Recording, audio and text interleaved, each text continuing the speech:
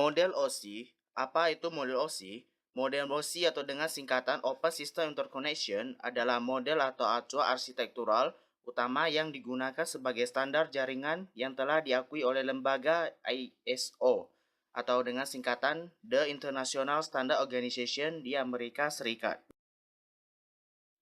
Sejarah model OSI, pada tahun 1977 di Eropa, Badan International Organization for Standardization atau disebutkan dengan ISO, mengembangkan sebuah model standarisasi protokol internasional yang disebut Open System Interconnection atau dengan OSI untuk kebutuhan kompatibilitas.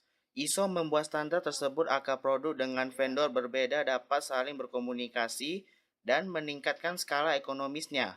Dan faktanya, OSI merupakan referensi yang telah digunakan mereka dan disederhanakan menjadi TCP atau IP model yang akan kita bicarakan lebih lanjut.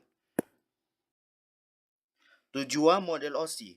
Tujuan utama penggunaan model OSI adalah untuk membantu desainer jaringan untuk memahami fungsi dari tiap-tiap layer yang berhubungan dengan aliran komunikasi data, termasuk jenis-jenis protokol jaringan dan metode transmisi. Model OSI dibagi menjadi 7 layer dengan karakteristik dan fungsinya masing-masing. Tipe layer harus dapat berkomunikasi dengan layer di atasnya maupun di bawahnya secara langsung melalui serentetan protokol dan standar. Layer model OSI. Model layer OSI dibagi dalam dua kelompok, yaitu yang pertama, upper layer fokus pada aplikasi pengguna dan bagaimana file dipresentasikan di komputer.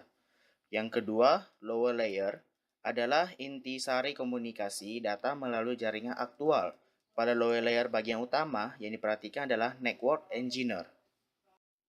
Physical layer. Fungsi utama dari physical layer adalah berfungsi untuk mendefinisikan media transmisi jaringan, metode pensinyalan, sinkronasi bit, arsitektur jaringan, seperti halnya Ethernet atau token ring, topologi jaringan dan pengabelan. Selain itu, level ini juga mendefinisikan bagaimana network interface card atau NIC dapat berinteraksi dengan media kabel atau radio. Dalam physical layer, tidak mempunyai protokol yang spesifik di layar ini bertanggung jawab atas proses data menjadi bit dan mentransfernya melalui media seperti kabel dan menjaga koneksi fisik antar sistem. Pada layar ini hanya mengirimkan bit-bit data. Contohnya dari physical layer adalah hub, sebuah alat yang digunakan dalam jaringan LAN yang bekerja di OSI pada layar physical layer, dan repeater adalah sebuah stasiun untuk menerima sinyal yang masuk dan mengirimkan kembali pada frekuensi yang berbeda. Data link layer. Fungsi utama dari data link layer adalah untuk menentukan bagaimana bit-bit data dikelompokkan menjadi format yang disebut sebagai frame. Selain itu, pada level ini terjadi koreksi kesalahan, flow control, pengawasan perangkat keras, seperti halnya media access control address atau MAC address, dan menentukan bagaimana perangkat-perangkat jaringan seperti hub, bridge, repeater, dan switch layer 2 beroperasi. Spesifikasi IEEE 802 membagi level ini menjadi dua level, yaitu lapisan logical link control atau LLC dan lapisan media access control atau MAC. Dalam data link layer, protokol yang digunakan adalah 1. PPP, Point to Point Protocol. Protokol ini digunakan untuk point to point pada suatu jaringan. Yang kedua, SLIP, Serial Line Internet Protocol.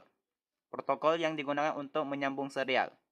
Contoh dari data link layer adalah NIC atau LAN card. Network layer. Fungsi utama dari network layer adalah untuk mendefinisikan alamat IP, membuat header untuk paket-paket, dan kemudian melakukan routing melalui internet networking dengan menggunakan router dan switch layer ketiga. Dalam network layer, protokol yang digunakan adalah 1. IP, Internet Working Protocol, yang digunakan untuk mentransportasikan data dalam paket yang disebut datagram. Yang kedua, ARP, Address Resolution Protocol, protokol yang digunakan untuk mengetahui alamat IP berdasarkan alamat fisik dari sebuah komputer. Yang ketiga, RARP, Reserve Address Resolution Protocol, protokol yang digunakan untuk mengetahui alamat fisik melalui IP komputer. Yang keempat, ICPM, Internet Control Message Protocol, yang digunakan untuk mengirim notifikasi datagram yang melalui masalah pada hostnya. Yang kelima, IGPM, Internet Group Message Protocol, digunakan untuk memberi fasilitas message yang simultan kepada grup penerima.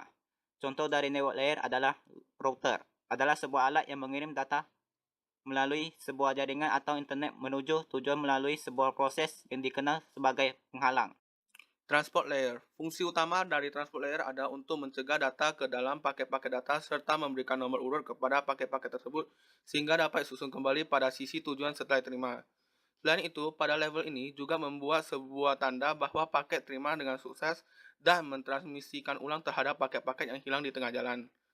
Dalam transport layer, protokol yang digunakan adalah pertama TCP atau Transmission Control Protocol. Protokol ini menggunakan data dari layar di atasnya berupa data byte yang stream, kemudian dikelompokkan dalam beberapa segmen, kemudian dilanjutkan ke layer di bawahnya.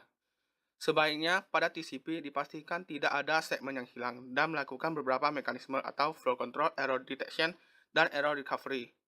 Kedua, UDP atau User Datagram Protocol. Protokol ini digunakan di mana pengantaran paket atau pesan secara cepat lebih penting daripada akurasi. Artinya, dipakai oleh aplikasi yang tidak terlalu mementingkan layanan reliabilitas. Contoh dari transport layer adalah kabel tester atau alat untuk memeriksa kesempurnaan pemasangan kabel konektor LAN RJ45 agar untuk mengetahui kabel yang dibuat sudah benar atau belum. Session layer. Fungsi utama dari session layer adalah untuk mendefinisikan bagaimana koneksi dapat dibuat, dipelihara, atau dihancurkan. Selain itu, di level ini juga lakukan resolusi nama. Dalam session layer, protokol yang digunakan adalah pertama NetBIOS, berada pada port 137 sampai 139. Sebagai penyiaran pesan, maksudnya untuk memungkinkan user memanggil pesan tunggal secara serempak ke komputer lain yang terkoneksi. Kedua, NetBIOS atau NetBIOS Extended User Interface. Berfungsi sama dengan NetBIOS, hanya sedikit dikembangkan lagi dengan menambahkan fungsi yang memungkinkan bekerja dengan beragam perangkat keras dan perangkat lunak. Ketiga, ADSP, AppleTalk Data Stream Protocol, berfungsi untuk memantau aliran data di antara dua komputer dan untuk memeriksa aliran data tersebut tidak terputus. Keempat, PAP atau Printer Access Protocol, berfungsi untuk akses pada jaringan AppleTalk dan untuk mengendalikan bagaimana pola komunikasi antar node. Kelima, SPDU, Session Protocol Data Unit, berfungsi untuk mendukung hubungan antara dua session service user. Contoh dari session layer adalah pertama, RPC, Remote Procedure Cell, kedua, NFS atau Network File System, ketiga, OS dan penjadwalan suatu aplikasi. Presentation layer berfungsi untuk mentransaksikan data yang hendak ditransmisikan oleh aplikasi ke dalam format yang dapat ditransmisikan melalui jaringan.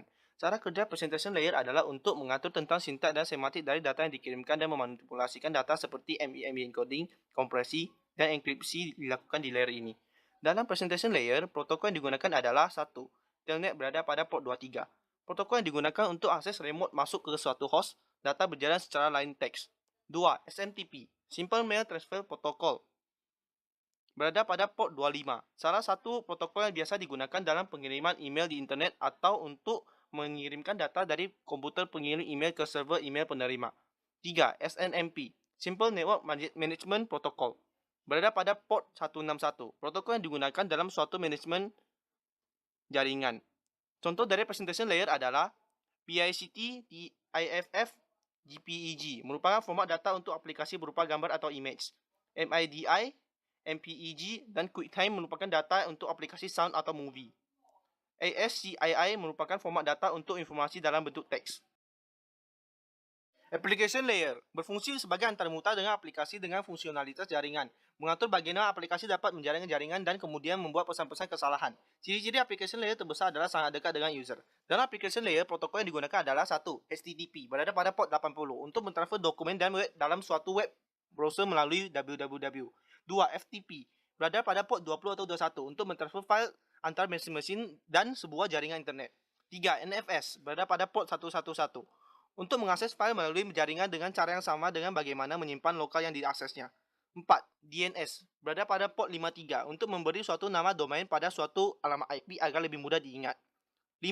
POP3, berada pada port 110 untuk mengambil mail dari suatu mail transfer agent yang akhirnya mail tersebut akan di-download ke dalam jaringan lokal.